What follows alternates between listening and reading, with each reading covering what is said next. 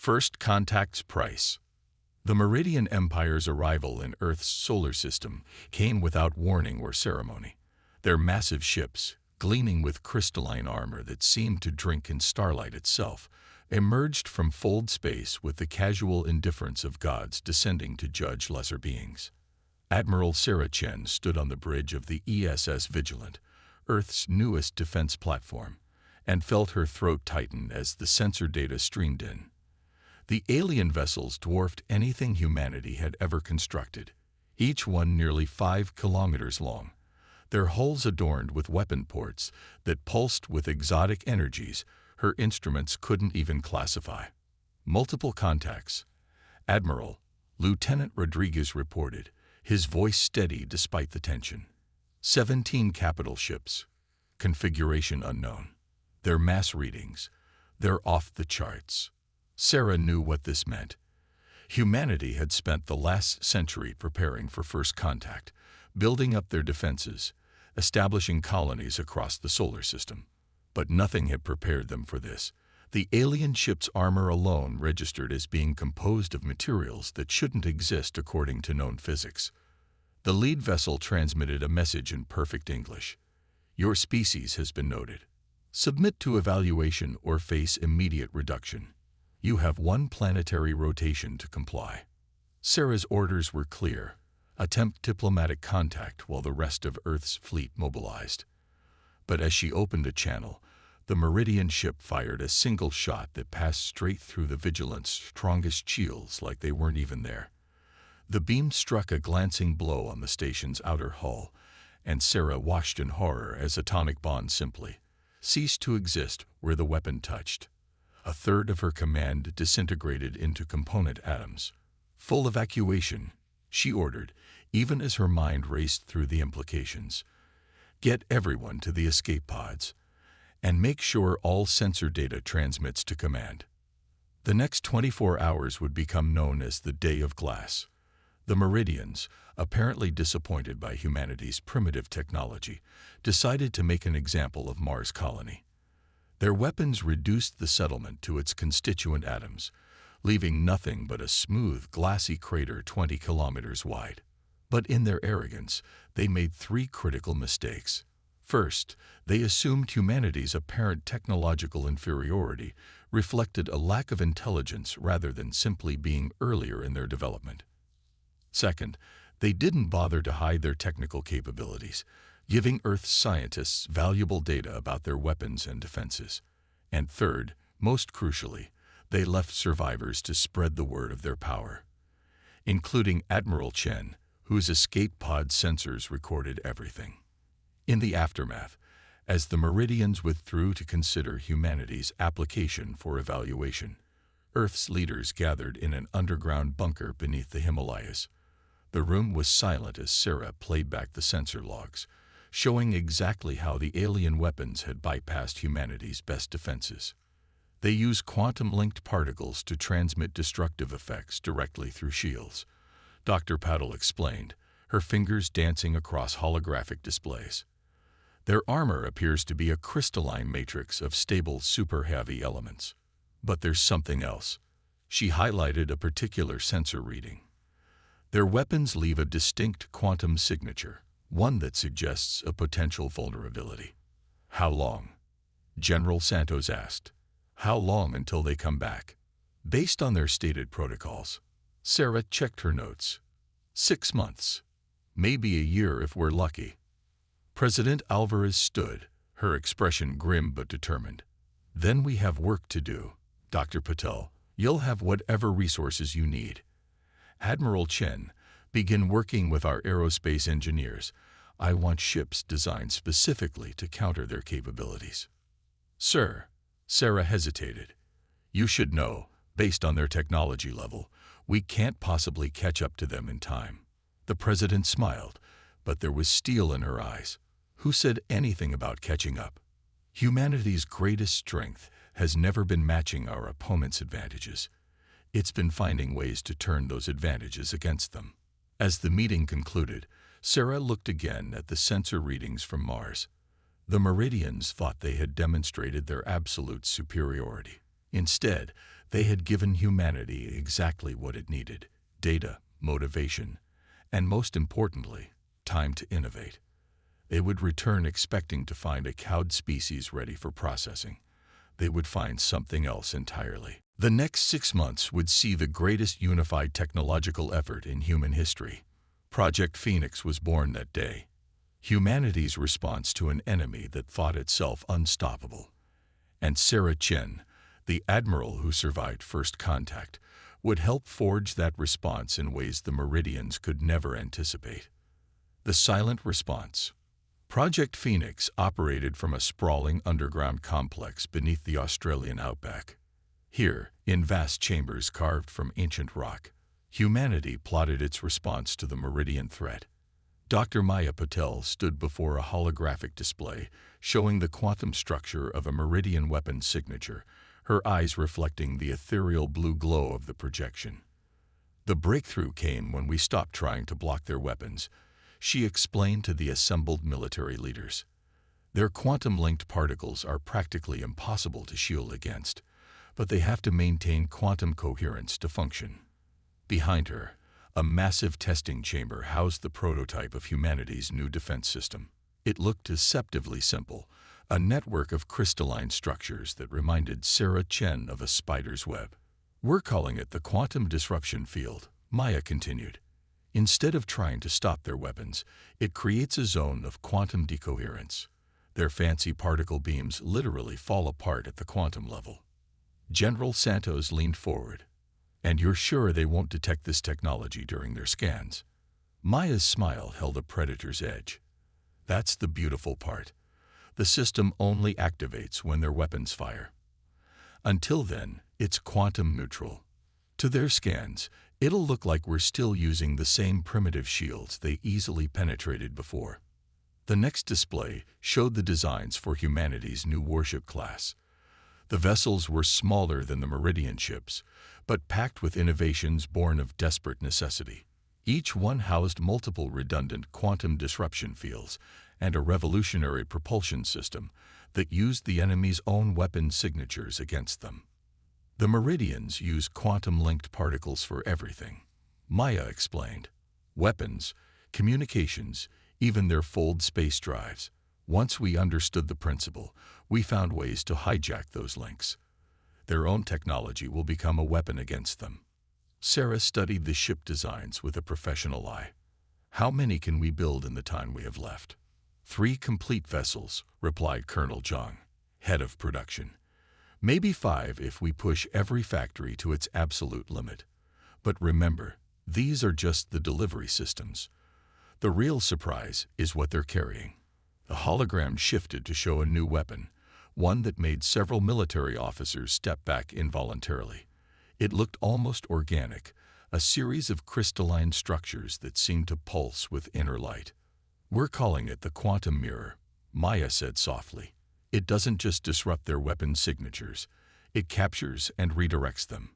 Their own firepower, turned back on them at the quantum level. Their supposedly impenetrable armor won't help because the attack will come from inside their own quantum matrix." The room fell silent as the implications sank in. The Meridians' greatest strength, their advanced quantum technology, could become their greatest vulnerability. "What's the catch?" Sarah asked, knowing there had to be one.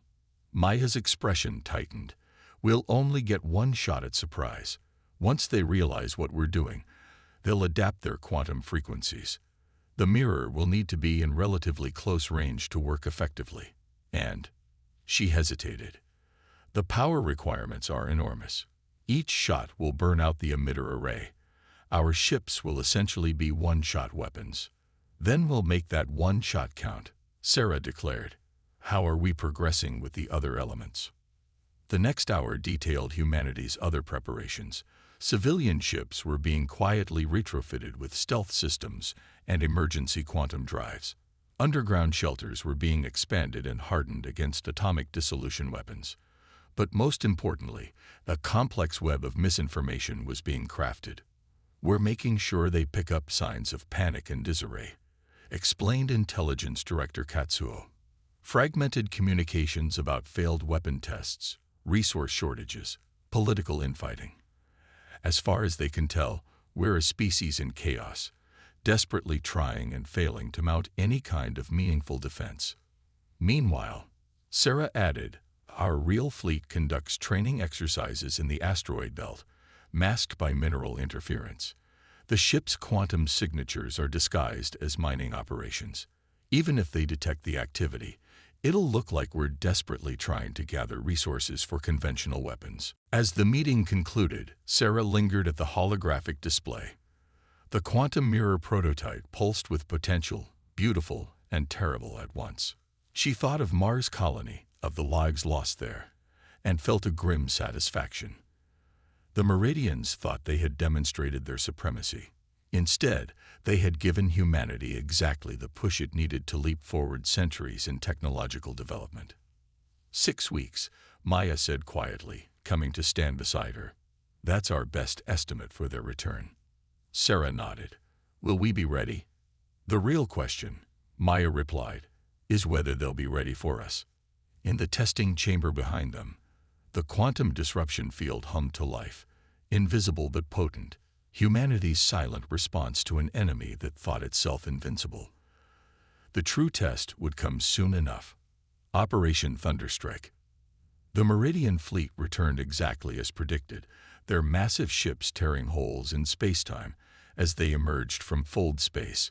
This time, 25 capital ships appeared, their crystalline hulls gleaming with barely contained power. Their arrival message was transmitted simultaneously to every communication device in the solar system. Your evaluation period has concluded. Submit to processing or face extinction. Admiral Sarah Chen stood on the bridge of the ESS Phoenix, humanity's new flagship, and allowed herself a small smile. The ship's quantum sensors were already analyzing the enemy fleet's formation, identifying their command and control patterns. Everything was proceeding exactly as anticipated. Multiple quantum signatures detected, reported Lieutenant Rodriguez, now her tactical officer. They're charging weapons across the fleet. Hold position, Sarah ordered. Let them make the first move. She opened a channel to the other 4 ships of humanity's apparent defense fleet. Remember your training. Follow the Meridian protocols exactly as we predicted. The enemy fleet spread out in a standard conquest formation, one they'd likely use to subjugate countless other species. Their arrogance was evident in every movement. They didn't even bother to maintain proper combat spacing, confident that their superior technology made such precautions unnecessary. The Meridian commander's voice filled the command channel again, dripping with condescension. Your species has failed to achieve minimum technological standards for integration. Reduction protocols are now in effect. The lead Meridian ship fired, its quantum-linked particle beam lancing out toward the Phoenix. To their sensors, the human vessel's defenses would appear unchanged from their first encounter. The same primitive shields they had easily penetrated before. The beam struck the quantum disruption field. For a fraction of a second, nothing seemed to happen.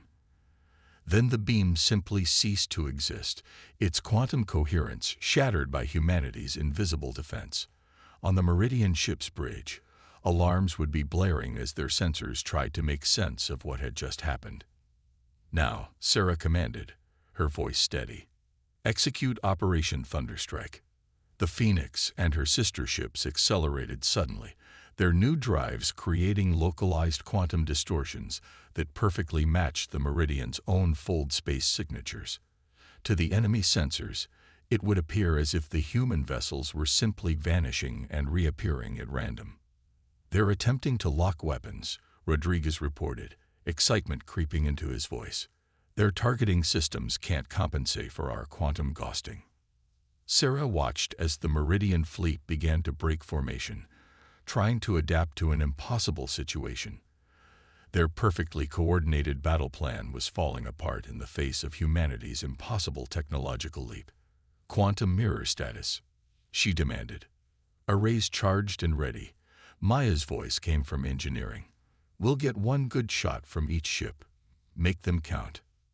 Sarah studied the tactical display, watching the enemy ships cluster together for mutual support. Perfect. All ships execute attack pattern Phoenix Rising. Primary targets are their command and control nodes. The 5 human vessels moved in perfect synchronization, their paths describing a complex geometric pattern that forced the Meridian ships to bunch even closer together.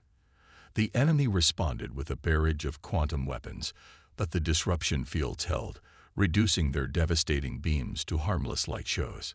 They're trying to establish a quantum link between their ships, Maya reported, attempting to coordinate their defense grid. That's our moment, Sarah declared. All ships, mirror arrays to full power, target their quantum network nexus points. Fire. 5 crystalline arrays lit up across the human fleet, each one capturing and redirecting the quantum energy of the Meridian's own weapons. The effect was devastating. The redirected energy cascaded through the enemy fleet's linked defensive systems, creating a feedback loop that turned their own technology against them. 7 Meridian capital ships simply disappeared, their quantum matrices collapsing in on themselves. 8 more suffered catastrophic systems failures as their linked technology turned against them. The remaining vessels, their supposedly impervious armor now compromised from within, began emergency fold space jumps. Enemy fleet is in full retreat, Rodriguez announced, his voice now openly triumphant. Confirmed destruction of 15 capital ships. The others are running. Sarah allowed herself to breathe normally for the first time since the battle began. Damage report. Mirror arrays are completely burned out. As expected, Maya replied, but otherwise minimal damage. The disruption fields performed better than our simulations predicted. On the main view screen, the aftermath of humanity's victory was clear. Where once there had been an invincible invasion fleet, now there was only debris, the crystalline remnants of Meridian ships glittering like stars against the void. Send word to Earth, Sarah ordered. Phase 1 of Operation Thunderstrike is complete. Begin Phase 2 immediately. She knew this wasn't over. The Meridians would return, this time with countermeasures against the quantum mirror. But that had been anticipated. Even now, humanity's scientists were working on the next generation of weapons and defenses, building on what they had learned from this encounter. The Meridians had made a fundamental mistake in their calculations. They had assumed that humanity's technological inferiority meant they were dealing with a primitive species. Instead, they had awakened something far more dangerous: humanity's infinite capacity for innovation when faced with extinction. And this was only the beginning. Breaking the unbreakable. The Meridian response came 3 weeks later.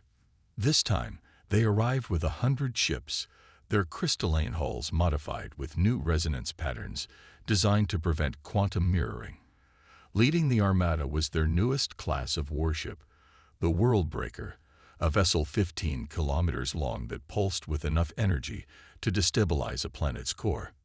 Admiral Chen watched the tactical display from humanity's new command center deep within Ceres. The massive asteroid had been converted into a fortress, its entire interior hollowed out and filled with quantum sensor arrays and prototype weapon systems. They've adapted faster than we expected, Maya observed, her fingers dancing across holographic controls. Their quantum signatures are randomized now. The mirror technology won't work again. Good thing we weren't planning to use it, Sarah replied. She opened a channel to the scattered elements of humanity's defense force. All units, execute Operation Hydra. Across the solar system, hundreds of small ships emerged from hiding. None were larger than a frigate, each crewed by only a handful of people. The Meridians had expected humanity to build bigger ships to match their own. Instead, Earth had gone the opposite direction. Swarm patterns confirmed, Rodriguez reported, all units showing green on the quantum mesh network. The Meridian fleet moved forward with ponderous grace, their formation optimized against the tactics humanity had used in their last encounter. Their weapons had been modified too, no longer single quantum beams, but complex matrices of energy designed to overwhelm any disruption field. They're scanning for our capital ships, Maya noted. They haven't figured it out yet. Sarah smiled grimly. Let's show them what humanity has learned about quantum mechanics. The small human vessels moved in intricate patterns, each one precisely calculated. As they flew, quantum fields began to overlap and resonate. The effect built slowly at first, then with increasing speed. Quantum cascade reaching critical threshold, Maya announced. Field synchronization in 3, 2, 1. The space between the human ships suddenly lit up with impossible energies. The overlapping quantum fields had created something entirely new. A massive artificial quantum matrix that dwarfed anything the Meridians had built into their ships. By God, someone whispered. It actually worked. The 100 small human ships were now effectively operating as a single enormous quantum organism, their combined fields creating effects that should have required a ship the size of a moon. Energy coursed between them in geometric patterns that the Meridian sensors couldn't even process. They're launching their countermeasures, Rodriguez reported. Trying to disrupt our field synchronization. Too late, Maya said with satisfaction. The cascade is self-sustaining now. Execute primary attack sequence. The human swarm moved as one, their quantum matrix reaching out to touch the Meridian fleet. But instead of trying to destroy the enemy ships directly, they did something far more insidious. The combined quantum field began to resonate with the crystalline structure of the Meridian hulls themselves. Crystalline resonance achieving critical frequency, Maya reported. Structural degradation beginning in 3, 2. The effect was beautiful and terrifying. The supposedly indestructible crystal hulls of the Meridian ships began to sing, vibrating at frequencies that propagated through their entire structure. Cracks appeared, microscopic at first, but rapidly spreading as the resonance built. Their shield frequencies are fluctuating, Rodriguez announced. They're trying to compensate, but they can't match our adaptive patterns. Sarah watched as the mighty world-breaker itself began to show signs of stress, its crystalline hull spiderwebbed with fractures. The Meridians had built their entire technological base around these perfect crystals. They had never considered that the very perfection of their crystal matrices made them vulnerable to the right kind of resonant frequency. They're trying to retreat, Rodriguez reported. Their fold space drives are spooling up. Maintain the quantum mesh, Sarah ordered. Don't let them escape until the damage is done. The Meridian fleet's attempt to flee was cut short as their fold space drives failed to engage. The quantum resonance had spread through their entire hull structure, making stable fold space calculations impossible. They were trapped.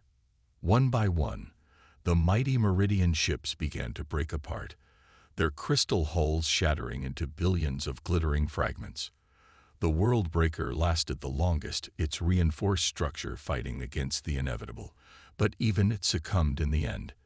Its death was spectacular, a cascade of crystalline shards that lit up space like a new constellation.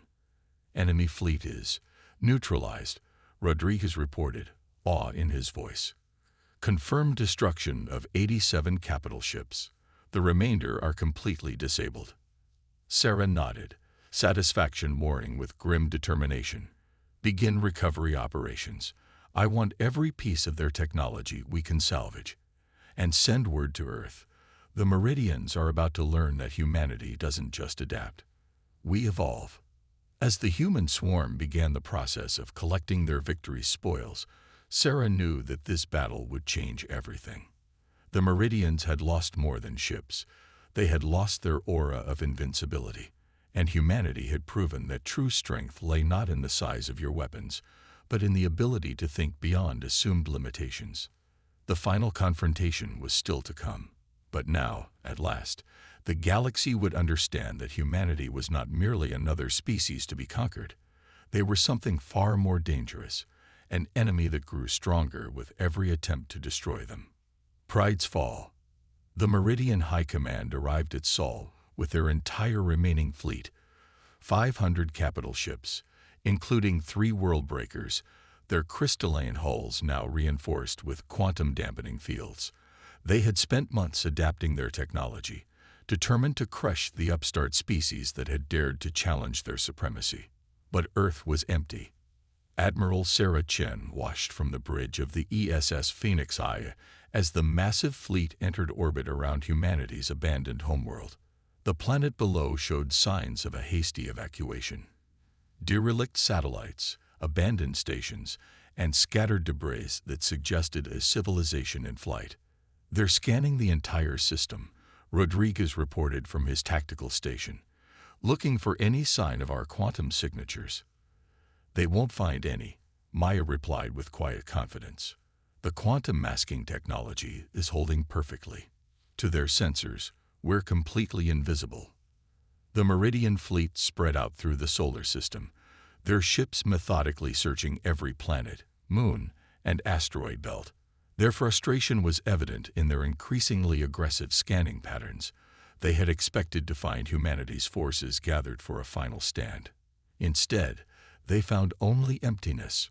"Quantum fold signatures detected," Rodriguez announced. "More ships incoming." It's their supreme command vessel. The ship that emerged from fold space dwarfed even the Worldbreakers. 20 kilometers of crystalline perfection, its hull layers fractal patterns within fractal patterns, each one designed to prevent the resonance attacks that had proven so devastating in the last battle. "They'd brought their leadership to witness our destruction," Sarah noted. "Perfect. All units, prepare for Operation Lazarus." Across the solar system, quantum distortions began to build. Not from ships this time, but from the very space itself. In the months since their last victory, humanity had not been idle. They had seeded the entire system with quantum manipulation devices, turning space itself into one vast weapon. The Meridian Supreme Commander's voice boomed across all frequencies. "Your attempts at hiding are futile. Your species will be reduced to component atoms, your very existence erased from galactic memory. This is the price of defiance." Sarah opened a channel. "Actually, we weren't hiding. We were waiting for you to bring your entire civilization's leadership here, right where we want you." The quantum distortions reached critical mass, but instead of attacking the Meridian ships directly, they did something far more fundamental. They began to alter the underlying structure of spacetime itself. "Local spacetime curvature is exceeding critical threshold," Maya reported. "Quantum bubble forming." Now, the effect was subtle at first. The Meridian ship's sensors would be detecting impossible readings. Space itself was being folded around their fleet, creating a closed bubble of altered reality. Their mighty weapons, their impervious shields, their crystalline technology, all of it was about to become irrelevant. "You still don't understand what you're dealing with," Sarah transmitted to the Meridian command ship. "We studied every aspect of your technology, every principle you built your empire upon, and we found your fundamental mistake. You stopped innovating. You thought you had reached the pinnacle of possible achievement." The quantum bubble continued to close. Inside it, the laws of physics were being selectively rewritten. The perfect crystalline structures that made Meridian technology possible were becoming metaphysical impossibilities. "Bubble closure in 30 seconds, Maya announced. "No sign they've detected the fundamental alteration yet." The Meridian fleet began to fire, their weapons harmlessly dispersing against the quantum-altered space. Their ships tried to flee into fold space, but the altered physics within the bubble made such travel impossible. They were trapped in a pocket universe where their technology literally could not function. "Your entire civilization is built on one type of technology," Sarah continued. "We built our response on 50 different principles. Because that's what humanity does. We adapt, we innovate, and we never, ever assume we've learned everything there is to know." The bubble completed its closure. Inside, the Meridian ships began to change as the altered physics took hold. Their crystalline hulls, dependent on quantum principles that no longer applied, began to lose cohesion. Not shattering this time, but simply unbecoming. "Your species will pay for this," the Supreme Commander transmitted. "The galaxy will." "The galaxy will learn," Sarah interrupted, "that technological superiority means nothing without the wisdom to use it properly. that no species has a monopoly on innovation, and that humanity will not bow to those who mistake power for right. The dissolution was complete in minutes. Where the mighty Meridian fleet had been, there was now only a cloud of component atoms, held in perfect suspension by the altered physics of the quantum bubble. 500 ships and the entire leadership of an empire, reduced not by violence, but by the simple expedient of changing the rules they operated under. Quantum bubble is stable, Maya reported, ready to begin matter reclamation. Sarah nodded. Begin the process, and send word to the colonies. Earth is secure. Our people can come home. In the months that followed, the galaxy would change. The fall of the Meridian Empire created a power vacuum, but it was quickly filled by a new organization, the Galactic Covenant, with humanity as a founding member. Their first act was to establish principles that would prevent any one species from achieving the kind of technological monopoly the Meridians had enforced. And in the great vault beneath the Himalayan mountains, the crystalline remnants of the Meridian fleet were stored away, a reminder that true strength lies not in the power of your weapons, but in the endless capacity to imagine new possibilities. Admiral Sarah Chen would later write in her memoirs, "The Meridians thought they had mastered the universe. We showed them that the universe is too vast, too wonderful, and too full of possibilities for any species to claim such mastery. That was their pride, and that was their fall." The quantum bubble remained in place, a permanent monument in space.